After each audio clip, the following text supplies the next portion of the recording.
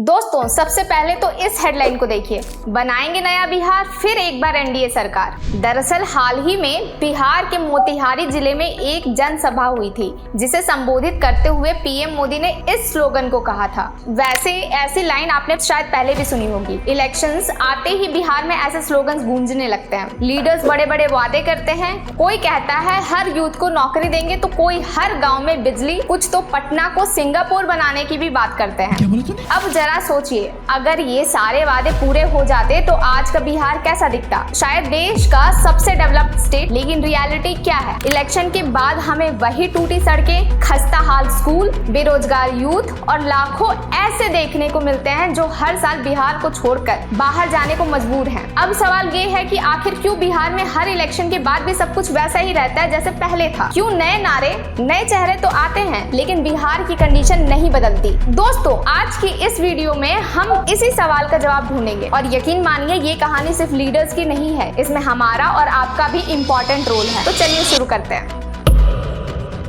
दोस्तों बिहार में इलेक्शन सिर्फ एक डेमोक्रेटिक प्रोसेस नहीं होता, इसे लिटरली एक फेस्टिवल की तरह सेलिब्रेट किया जाता है। जैसे ही इलेक्शन सीजन आता है पूरा माहौल बदल जाता है। गाँव में लाउड स्पीकर्स पर गाने बजने लगते हैं, टाउन्स में रैलीज निकलती हैं, लीडर्स हेलीकॉप्टर से उतरते हैं, स्पीचेज होती हैं और हर जगह पोस्टर्स चिपक जाते हैं। आप इस समय गाँव के किसी भी टी स्टॉल पर चले जाइए, वहाँ सिर्फ एक ही टॉपिक होता है कि कौन जीतेगा, किसने क्या प्रॉमिस किया। सच कहूँ तो पूरा इलेक्शन एक मेले के जैसा लगता है, जहाँ लीडर्स आते हैं, लोगों को सपने बेचते हैं और फिर आगे बढ़ जाते हैं। ऐसा ही सीन 2010 के इलेक्शन में भी था, जब हर गली मोहल्ले में नारा गूंज रहा था, बिहार में बहार हो, नीतीश कुमार हो।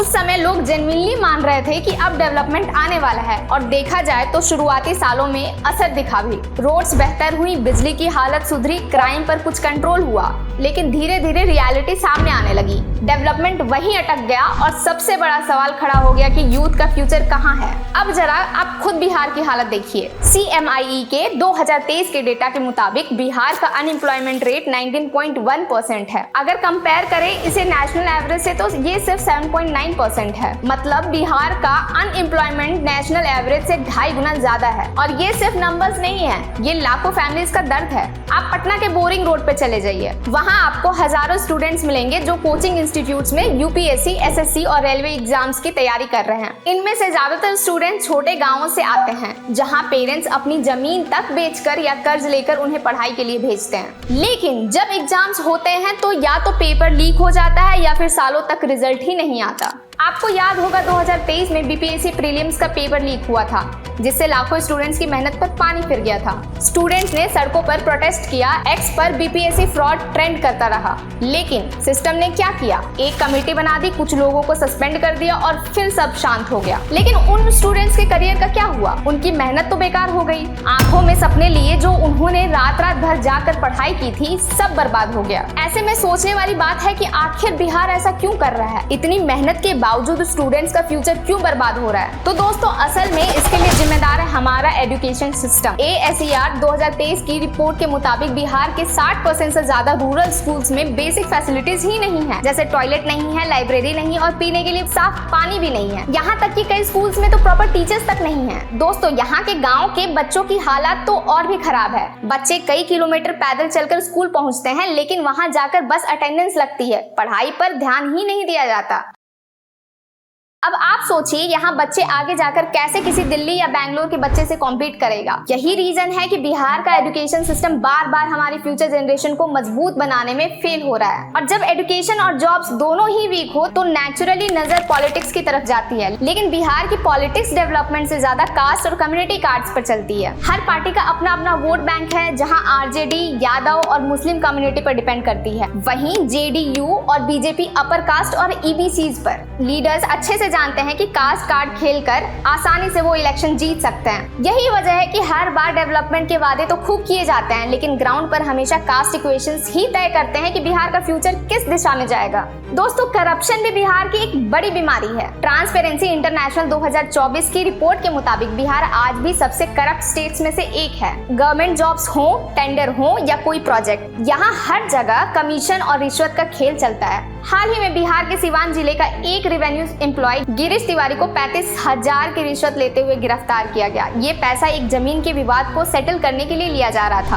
अब सोचिए, जब जमीन जैसे बेसिक हक के लिए ही आम आदमी को रिश्वत देनी पड़े तो उसकी हालत क्या होगी। एक गरीब इंसान जो सालों मेहनत करके अपने फैमिली का फ्यूचर बेहतर बनाना चाहता है, वो सिस्टम की इस करप्शन की वजह से पहले ही टूट जाता है। उसकी मेहनत, उसकी उम्मीद और उसका भरोसा सब कुछ एक करप्ट ऑफिसर की वजह से बर्बाद हो जाता है। दोस्तों, अब माइग्रेशन की बात करते हैं, जो कि बिहार का सबसे बड़ा दर्द है। हर साल करीब 50 लाख लोग काम की तलाश में बिहार छोड़कर बाहर जाते हैं। कोई दिल्ली जाता है, कोई मुंबई, कोई गुजरात, कोई पंजाब। यही वजह है कि आज आप किसी भी मेट्रो सिटी में चले जाइए, वहाँ की construction sites, factories, hotels, dhaba, हर जगह आपको कोई ना कोई बिहारी मजदूर जरूर मिलेगा। लेकिन ये सिर्फ मजदूर क्लास की बात नहीं है। एजुकेटेड यूथ भी बिहार छोड़ रहे हैं। इंजीनियर्स, डॉक्टर्स, IT प्रोफेशनल, सबको जॉब के लिए बाहर जाना पड़ता है। रीजन सिंपल है, बिहार में इंडस्ट्रीज है ही नहीं। कभी हाजीपुर का इंडस्ट्रियल एरिया बिहार का प्राइड था। 80s में वहाँ फैक्ट्रीज बजिंग थी, लेकिन आज ज्यादातर फैक्ट्रीज बंद पड़ी हैं और यही वजह है कि टैलेंटेड लोग यहाँ टिकते नहीं हैं। दोस्तों, इसका एक रियल एग्जांपल है चंदन राज, जिसने बिहार में सेमीकंडक्टर स्टार्टअप शुरू किया, लेकिन इंफ्रास्ट्रक्चर और गवर्नमेंट सपोर्ट की हालत इतनी खराब थी कि उन्होंने खुद कहा कि starting a startup in Bihar is the worst decision of my life. सोचिए, एक फाउंडर जो अपने स्टेट को कंट्रीब्यूट करना चाहता था, उसे मजबूरी में बाहर जाना पड़ा। यही बिहार का सबसे बड़ा नुकसान है। यहाँ टैलेंट बाहर चला जाता है और स्टेट बैकवर्ड बना रहता है। दोस्तों, अगर हम बिहार के हेल्थ केयर की हालत देखें तो ये और भी चिंताजनक है। नेशनल हेल्थ प्रोफाइल 2023 के मुताबिक बिहार में प्रति 10,000 लोगों पर केवल 3 डॉक्टर्स हैं, जबकि नेशनल एवरेज है 10। ग्रामीण इलाकों में प्राइमरी हेल्थ सेंटर्स अक्सर बंद रहते हैं या प्रॉपर डॉक्टर्स और मेडिसिन ही नहीं होते।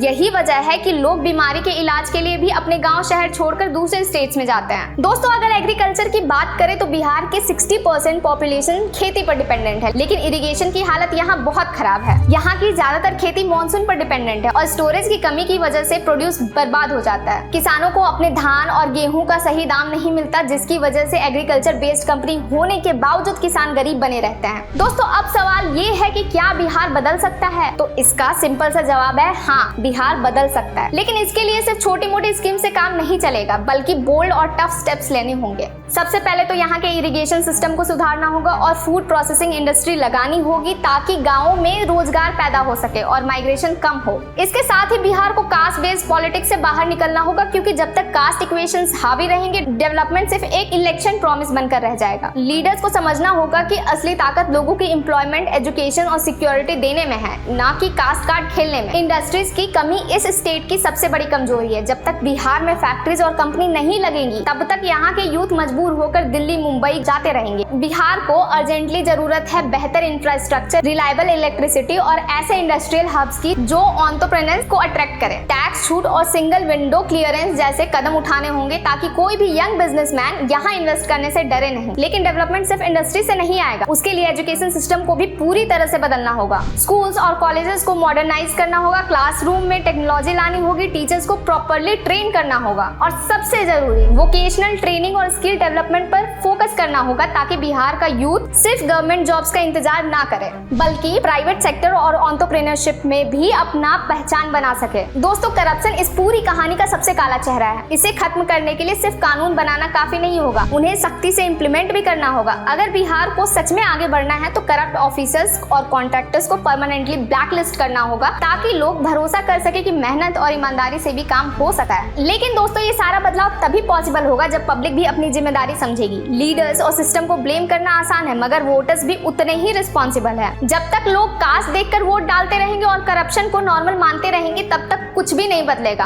हमें अपनी मेंटालिटी बदलनी होगी, हमें लीडर से सवाल पूछने होंगे, सोशल मीडिया और ग्राउंड लेवल पर प्रेशर बनाना होगा। यूथ को सिर्फ कंप्लेन करने की बजाय एक्टिवली पॉलिटिक्स और पॉलिसी मेकिंग में हिस्सा लेना होगा। बिहार का हिस्ट्री खुद प्रूफ है कि बिहार बदल सकता है। 2005 में थोड़े समय के लिए ही सही, लेकिन चेंजेस आए थे। क्राइम कंट्रोल हुआ था, रोड्स बनी थी, इलेक्ट्रिसिटी इंप्रूव हुई थी। अगर उस टाइम ये सब पॉसिबल था तो आज भी पॉसिबल है। फर्क सिर्फ इतना है कि अब हमें और बड़े स्केल पर सोचना होगा और ज्यादा करेज के साथ डिसीजंस लेने होंगे। बिहार का फ्यूचर किसी एक लीडर पर डिपेंड नहीं करता, ये सिस्टम पर डिपेंड करता है, सोसाइटी पर डिपेंड करता है और सबसे ज्यादा हमारी सोच पर डिपेंड करता है। अगर लीडर्स कास्ट और फ्रीबीज की पॉलिसी छोड़ दे, सिस्टम करप्शन फ्री बन जाए और वोटर्स अपनी रिस्पॉन्सिबिलिटी निभाए, तो बिहार बैकवर्ड से आगे बढ़ सकता है और इंडिया की ग्रोथ स्टोरी में अपना सही जगह बना सकता है। तो दोस्तों अब सवाल आपसे है, क्या आपको लगता है कि बिहार सच में बदल सकता है? कमेंट सेक्शन में अपनी राय जरूर बताइए। और अगर आपको ये वीडियो इन्फॉर्मेटिव लगी हो तो लाइक, शेयर और सब्सक्राइब करना मत भूलिए। जय हिंद।